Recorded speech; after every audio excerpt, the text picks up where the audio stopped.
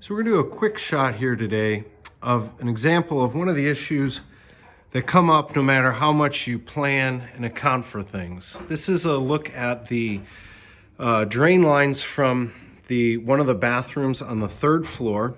You can see you have a line coming from a sink, and then you have a toilet run. They come together and come down through this wall onto the second floor. But you can see, because of the steel that we have in here, that pipe is now below our ceiling. You can see the furred out ceiling that the guys put in, and you can see we're lower than that. And obviously we don't want to put a type of soffit or something it just visually wouldn't appear right. So what we did was we went back to Greg Fraker and our structural engineering team, and we said, hey, rather than having to move that pipe, do we have any other option? And you can see, fortunately, we do. There's now a hole that has been cut by the guys through that piece of steel without compromising the structural integrity of that.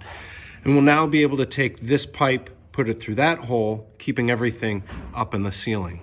So just another example of, no matter how well you plan things in advance with all of your engineered drawings and that, you're still gonna come up with some pickles that you gotta figure out along the way. And as we like to say, more to come on the Urban Ranch version 2.0.